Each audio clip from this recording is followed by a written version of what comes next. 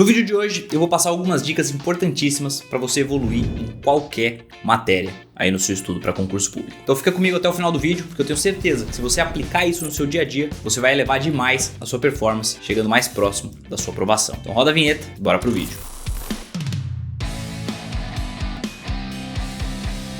Primeira dica, não tente dar um passo maior do que a perna, ou seja, não tente estudar muitas matérias de uma vez logo de início, não busque materiais muito complexos, muito aprofundados, se você ainda não está nesse momento. Não adianta nada você querer ir para materiais completamente robustos, complexos, muito aprofundados, se você ainda não criou uma base sólida nas matérias. Eu vou dar um exemplo, se no seu concurso cai a matéria de estatística, uma matéria bem aprofundada aí que tem vindo em vários concursos da área policial, no caso da Polícia Federal, por exemplo. Não adianta você querer tentar pegar um PDF super completo, altamente complexo da matéria, se você ainda não tem nenhuma base sólida em matemática básica. Da mesma forma, não adianta nada você querer ir para livros de direito penal mais aprofundados, falando de doutrina, de busca das exceções ali da banca, sem antes você ter aprendido pelo menos a parte básica do direito constitucional. Ou seja, se você está começando o estudo para concurso, tenta pegar primeiro matérias básicas, matérias mais simples e principalmente com materiais mais simples, mais básicos, mais fáceis de você digerir, mais fáceis de você estudar. No início, foca num bom arroz com feijão, a parte básica, fica muito bom a parte básica da matéria, antes de querer dar o próximo passo, antes de querer aprofundar, de querer pegar materiais mais complexos, aulas mais complexas. Então, um passo de cada vez, não dá espaço maior do que a perna. Sempre que você for iniciar uma matéria nova, pense o seguinte: esse material, ele é para mim, esse material ele vai ser útil para mim ou não? Ele é muito aprofundado, ele é muito extenso, ele é muito complexo. Deixa eu procurar um material que seja mais adequado para esse momento que eu tô agora, tá? Pense o seguinte, nem sempre o problema tá no aluno, às vezes o problema tá no material que esse aluno tá utilizando. E isso já tá diretamente relacionado à dica número 2, a didática é fundamental. Muitas vezes o estudante tem muita dificuldade em determinada matéria. Você, por exemplo, pensa o seguinte: qual é a matéria que você tem mais dificuldade? O maior bloqueio que você tem é que você não consegue aprender de jeito nenhum.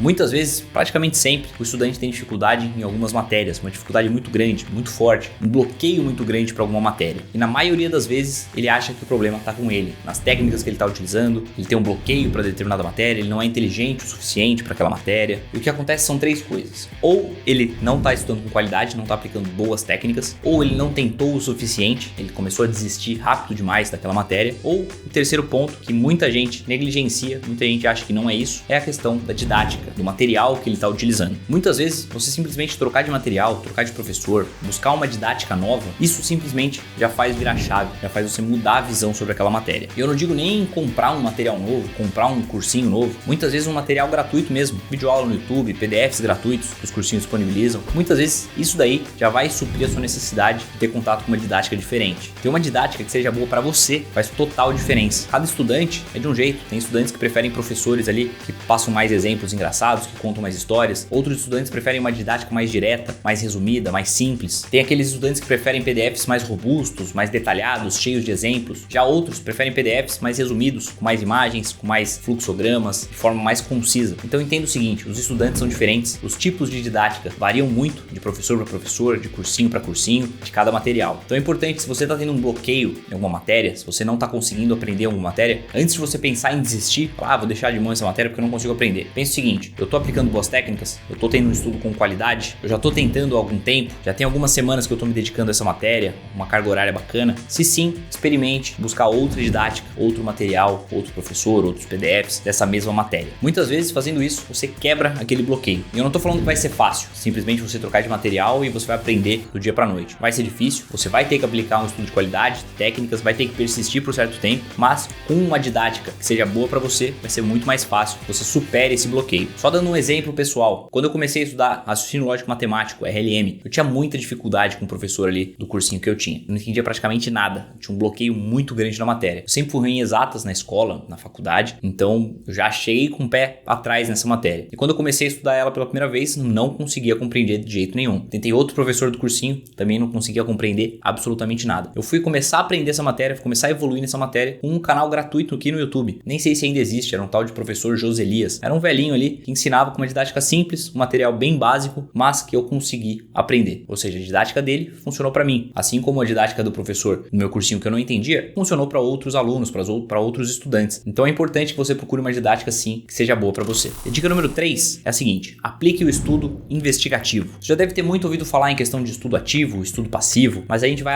além do estudo ativo, ou seja, um passo à frente, que a gente chama de estudo investigativo, que é basicamente o seguinte de forma bem resumida. Sempre que você for estudar determinado tópico de alguma matéria, seja pelo PDF ou pela videoaula, você não vai simplesmente ir grifando ali os pontos do PDF de maneira mecânica e muito menos numa videoaula e simplesmente copiando exatamente como o professor está escrevendo ali na lousa ou no quadro digital. Você vai evitar esse tipo de estudo ativo mecânico, esse estudo ativo que você não pensa muito, você simplesmente vai grifando ali o que você acha que vai ser importante ou vai copiando exatamente com as mesmas palavras do seu professor. O estudo investigativo é quando você vai para a sua sessão de estudos com um mindset diferente. Você vai caçando as informações, você vai sempre se questionando, criando dúvidas, criando perguntas ali sobre aqueles temas. E aí sim você começa a selecionar os principais pontos. Aí sim você começa a filtrar aquilo que o professor está escrevendo, começa a colocar com as suas próprias palavras ali no seu material. Você começa a criar outras dúvidas além daquilo ali que está sendo passado. Você começa a estimular esse lado mais investigativo do seu estudo, como se estivesse caçando as principais informações ali daquele trecho do PDF ou daquilo que o professor está te passando. Sempre que você for consumir o conteúdo de determinada matéria, independente da ferramenta que você for utilizar, vai com o seguinte pensamento: o que eu tenho que aprender nessa aula? O que esse trecho desse PDF tem para me ensinar? O que disso aqui tem grandes chances de ser cobrado no dia da minha prova? Se eu fosse elaborar uma pergunta relacionada a esse tópico aqui, o que eu perguntaria? Se eu fosse o examinador da minha banca, o que eu perguntaria sobre isso daqui? Se minha vida dependesse das informações que estão sendo passadas aqui nesse parágrafo ou nesse trecho da aula, o que eu faria para guardar essas informações? O que eu anotaria no meu material? Qual a melhor forma de eu colocar isso no meu material para que eu lendo lá na frente? Busca esse tipo de mindset, de estado mental ali sempre que você for para uma sessão de estudos. Vá além do estudo passivo, vá além do estudo ativo, seja o mais investigativo possível em cada sessão que você for estudar uma matéria. Antes de partir para a dica número 4, não esquece de deixar aquele like aqui embaixo se esse conteúdo está sendo relevante para você ou vai te ajudar de alguma forma nos seus estudos. Isso aí é importantíssimo para a gente